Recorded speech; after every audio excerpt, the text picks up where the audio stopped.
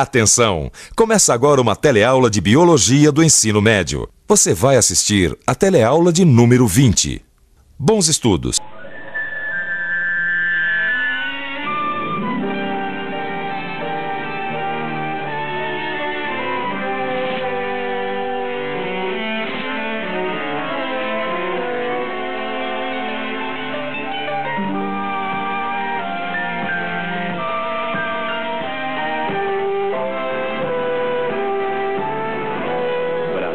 Trabalho em paz. De mãos dadas é mais fácil.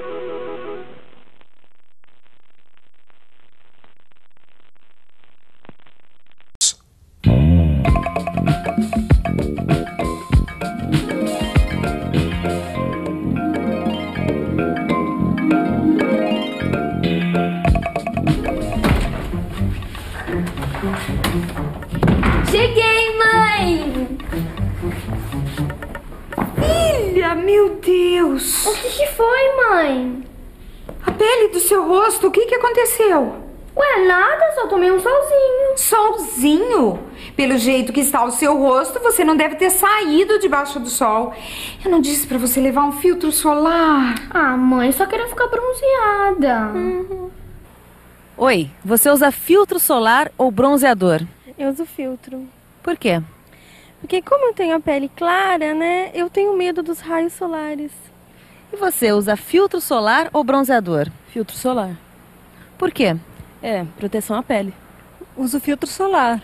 Por quê? Para proteger a pele. E você, tem alguma ideia de como o sol faz a nossa pele escurecer? E mais, será que o excesso do sol traz realmente problemas à nossa pele? Para responder a essas e outras perguntas, na teleaula de hoje você vai conhecer a estrutura da pele humana, vai ver as funções de cada uma de suas camadas e ficar sabendo como o sol afeta a nossa pele.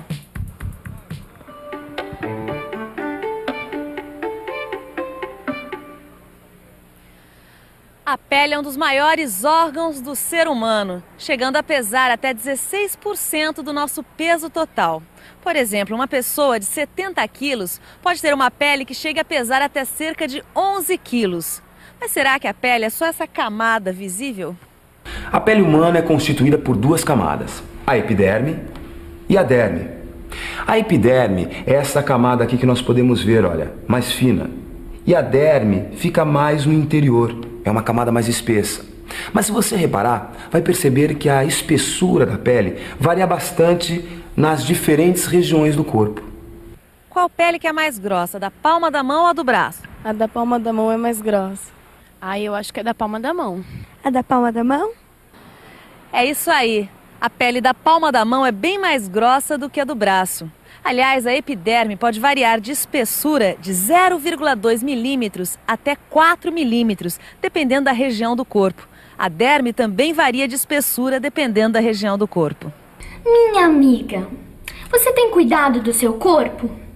Como andam as suas unhas? E a depilação? E o odor da transpiração? E a oleosidade dos cabelos? Minha amiga, para ser bela é preciso cuidar das estruturas anexas. Essa você não sabia, né? Pois elas chamam estruturas anexas porque estão diretamente ligadas, ou melhor, anexadas à nossa pele.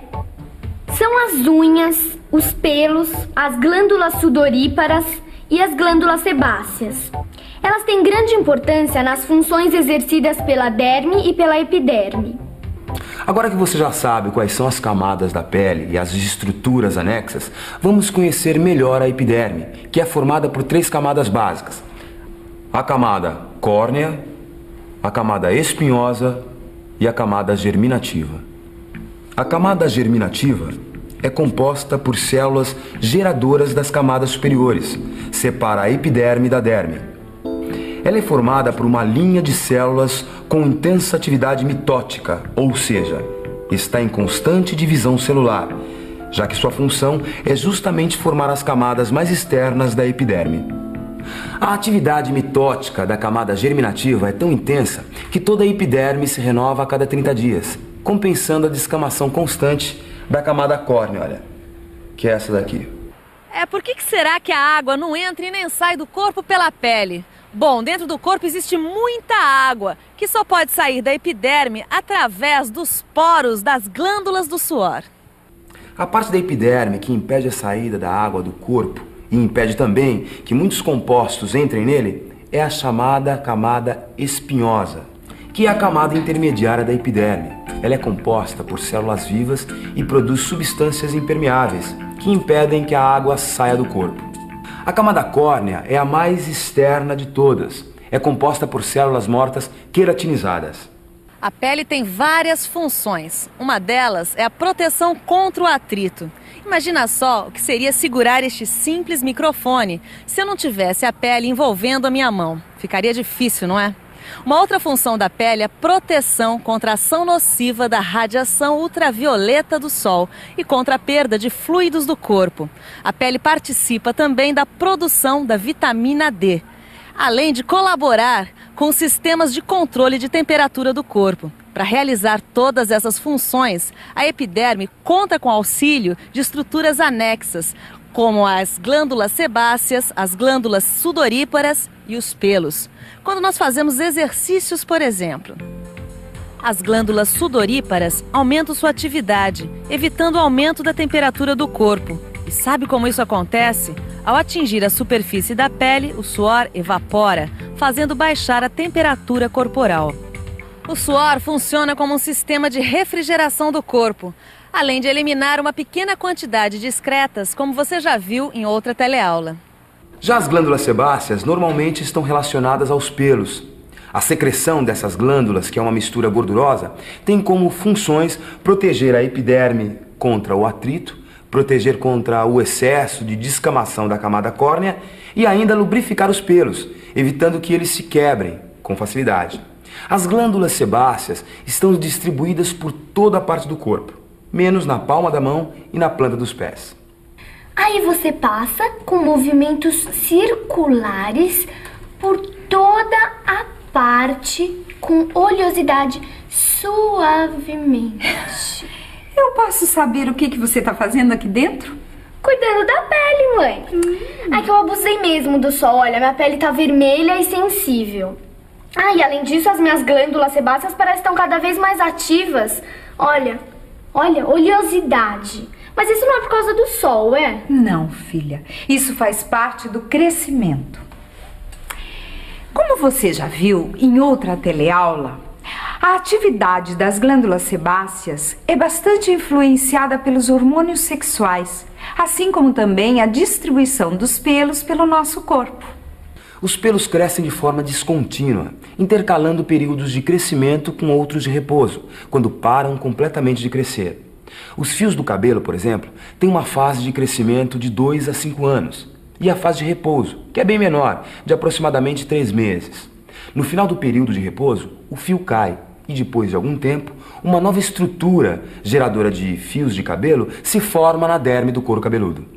Agora que você já conhece a estrutura, as camadas e as funções da pele, vamos ver por que o efeito do sol escurece a pele. Para começar, a cor da pele das pessoas resulta de vários fatores. Os mais importantes são a quantidade de melanina presente na epiderme, que é definida geneticamente, e a quantidade de sangue que corre nos capilares da derme. A melanina é um pigmento de cor marrom escura, produzida por uma célula especial chamada melanócito. Essas células se encontram na camada germinativa da epiderme e possuem prolongamentos que atingem a camada espinhosa. Quando entram em atividade, os grãos de melanina migram das ramificações dos melanócitos até o interior das células vivas da epiderme, ou seja, até as camadas espinhosa e germinativa. E quando estão dentro das células dessas duas camadas, os grãos de melanina ficam sobre o núcleo da célula.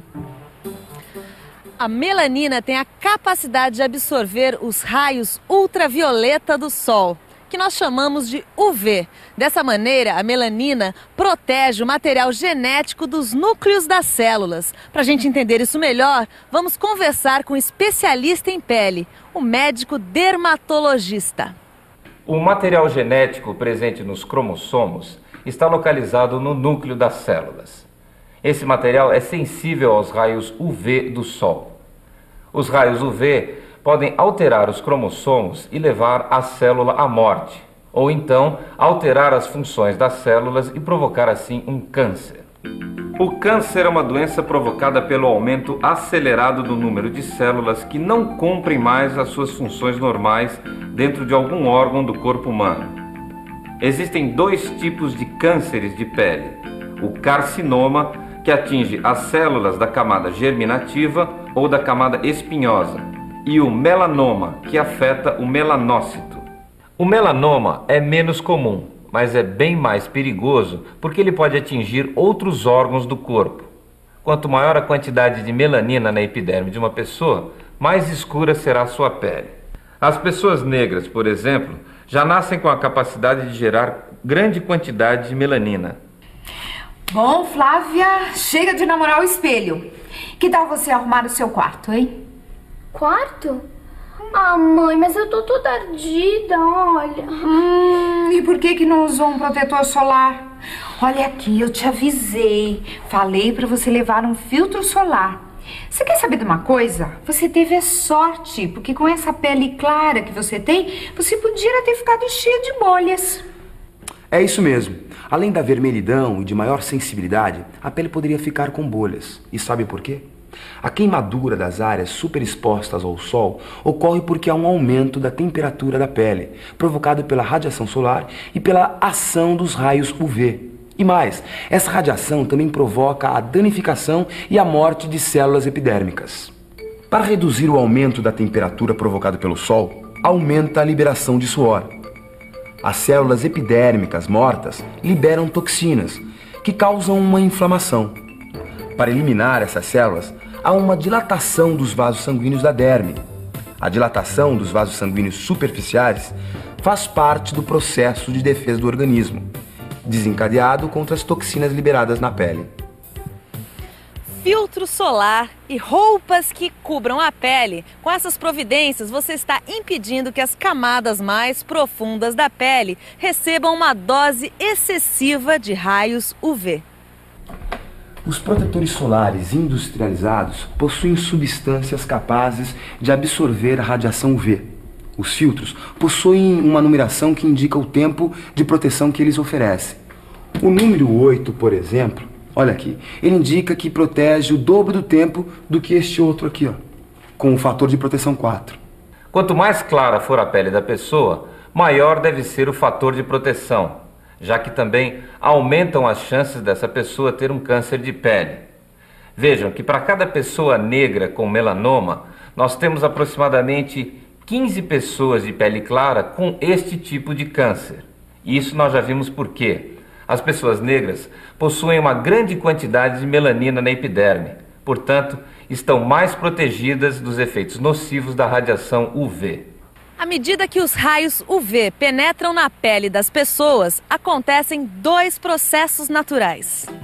O primeiro deles ocorre com a migração de grânulos de melanina para as células epidérmicas, aumentando o estímulo para a formação da matéria-prima necessária para a produção de melanina.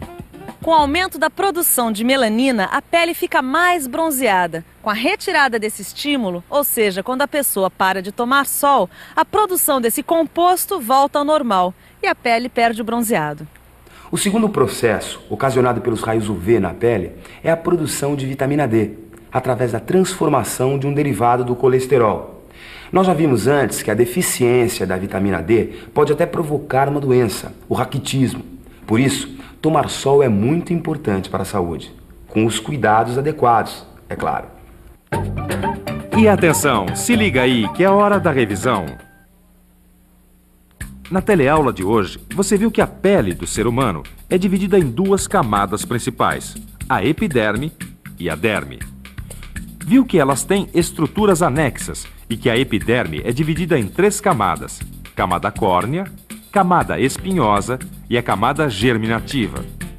E ainda viu como é a ação dos raios UV na nossa pele. Agora você já sabe por que é tão importante se proteger do excesso do sol. Em pequena quantidade, ele é um santo remédio. Agora, em grande quantidade, ele pode provocar o envelhecimento precoce da pele, ao aparecimento de sardas e até distúrbios maiores, como câncer. Por isso é bom você se cuidar direitinho. Bons estudos e até a próxima teleaula.